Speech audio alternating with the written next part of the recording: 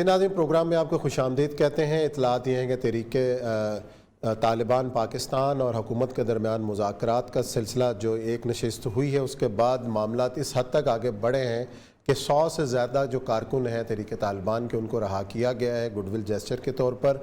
असल कहानी क्या है, क्या ये जो कारकुन रहा किए गए हैं इनके मुकदमात की नोयत क्या थी, अभी तक ये तफसीलात सामने नहीं आई, लेकिन ये बात तो कन्फर्म है कि कुछ लोग जो हैं अपने घरों को पहुँचे हैं जो ज़ेर हिरासत थे तालिबान के। तो इस बारे में और ये साहब ये जो कितनी बड़ी पेशरफ्त है, आज गैर मुल्की नशरियाती इदारे ने भी इसको रिपोर्ट किया हुआ है और बाकी जो, लेकिन तालिबान के जो ज़राए ये कहते हैं कि अभी तक तो हमारी कोई बाकायदा मुलाकात नहीं हुई है हुकूमत के साथ, कोई बाकायदा मुज़ाकरात नहीं शुरू हुए, इसलिए कोई हमारी हमें कोई ऐसी कोई इत्तला नहीं है।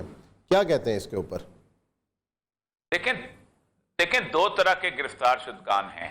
एक गिरफ्तार शुदगान वो हैं कि जिनको बाकायदा कॉम्पैक्ट में या पकड़ा गया या गिरफ्तार हुए या उसको छापा मार के निकाला गया। एक वो है कि जो राउंड अप में पकड़े जाते रहे। इन राउंड अप के लोगों को वो इंटरमिटेंट सेंटर हैं उनके बने हुए, पेशावर में भी हैं और बहुत सारी जगहों पे हैं जहां उनको कुछ अरसा के लिए रखा जाता है और उनको बाकायदा डी ब्रीफिंग की जाती है, उनको ठीक ट्रेनिंग दी। उससे एक रेगुलरली आहिस्ता आहिस्ता आहिस्ता लोगों को रिलीज किया जाता है। तो ये जो अभी तक तालिबान का कहना यह है, टीटीपी वालों का कहना यह है कि ये हमने बुनियादी तौर पर उन लोगों को इन्होंने रिहा किया है जो इंटरमिटेंट सेंटर में पहुंच गए हुए थे।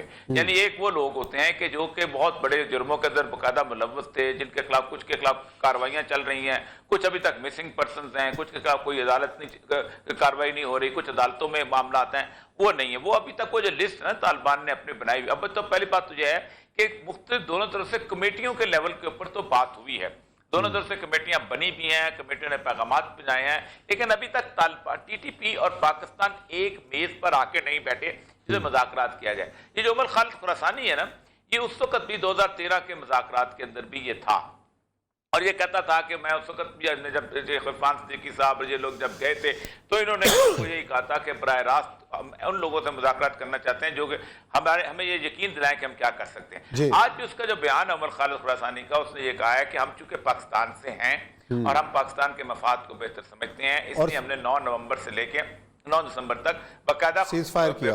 अच्छा जी, मामला है क्या? हमें ज्वाइन किया है मुमताज साफ़ी हैं, मुश्ताक यूसुफजई साहब गहरी नज़र रखते हैं इन मामलात पर, उन्हीं से पूछेंगे। अस्सलाम वालेकुम मुश्ताक साहब। मुश्ताक साहब बताइएगा कि क्या पेशरफ्त हुई है ये टीटीपी और हुकूमत पाकिस्तान के दरमियान मुज़ाकरात की, और जो खबर ये है कि 100 से ज़्यादा जो लोग हैं वो रहा कर दिए गए हैं। आपके जवाब से पहले एक छोटी सी हम ब्रेक लूँगा, उसके बाद फिर आप शुरू कीजिएगा।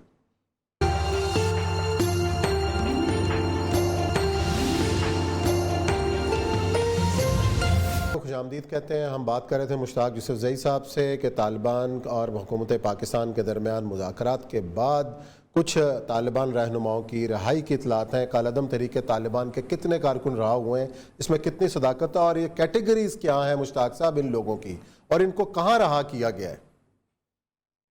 जी बहुत शुक्रिया। असल में जब ये बातचीत शुरू हुई थी मुज़ाकरात पाकिस्तानी हुकूमत और पाकिस्तानी तालिबान के दरमियान, उस वक्त अब पाकिस्तानी तालिबान ने मुतालबा किया था कि उनके जो 5 रहनुमा हैं, इनमें महमूद खान और मुस्लिम खान इनका तल्लुक़ से हैं, रतीबुल्लाह महसूद जो कि हकीमुल्लाह महसूद के नायब थे उनमें शामिल थे, और टीटीपी के साबिक जो तर्जुमान थे मौलवी उमर, ये लोग शामिल थे। तो पाकिस्तानी तालिबान को यकीन नहीं था कि ये मुज़ाकरात जो है आगे बढ़ेगी और बाकी पाकिस्तानी हुकूमत मुखलिस है। तो पाकिस्तान ने इसके अलावा उनको ऑफर दी कि इन 5 लोगों के अलावा वो और भी लोग रिहा करना चाहते हैं।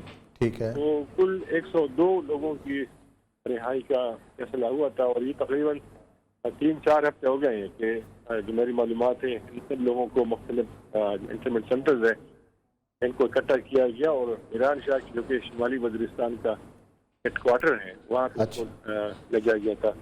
तो इनकी असल में रिहाई नवंबर में हुई थी कि नवंबर को ये रिहा हो जाएंगे, लेकिन फिर कुछ टेक्निकल इश्यूज सामने आई और इनमें से चंद एक के मुतालिक इतलात थी कि शायद वो जिंदा भी नहीं है। एक इतलात मुस्लिम खान के बारे में थी, लेकिन अब ये मालूमात है कि वो जिंदा है। अच्छा। तो फिर एक ये इशू था। दूसरा जो इसमें डेडलॉक सामने आ गया وہ یہ تھا کہ اصل میں پاکستانی طالبان چاہتے تھے کہ سارے لوگ افغانستان میں ہی رہا ہو جائے اور یہ وہاں پہ ایک ساتھ شامل ہو جائے، کیونکہ یہ جو پروسیس ابھی چل رہا ہے مذاکرات کا، تو یہ افغان طالبان اس کو فیسیلیٹیٹ کر رہی ہے اور اس کے ٹاپ لیڈرشپ ہے وہ خود اس میں شامل ہے، صحیح، وہ ضامن کا کردار بھی ادا کر رہی ہے۔ اسی لیے کہہ رہے تھے کہ وہ ضامنوں کے سامنے ان کو رہا کیا جائے اچھا افغانستان۔ بالکل، تو پھر پاکستان جو حکام ہے، اچھا یہ مجھے بتائیے گا جی اور یہ سب پوچھیں۔ جی فرمائیے۔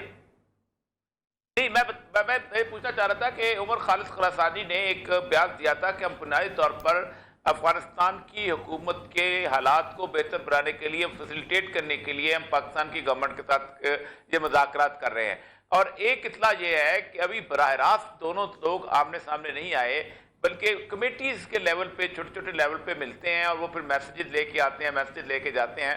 مطلب یہ ابھی اعتماد کی فضا یہ پیدا نہیں ہو سکی کہ وہاں سے جو لوگ، ان کی لیڈرشپ ہے، وہ پاکستان میں کسی جگہ پہ آ کے پاکستان کی گورنمنٹ کے ساتھ کرے۔ ابھی تک وہ معاملہ جو ہے وہ بارڈر کے اس طرف ہی طے ہو رہا ہے۔ اصل میں سر اس بار معاملہ بالکل الٹ ہے۔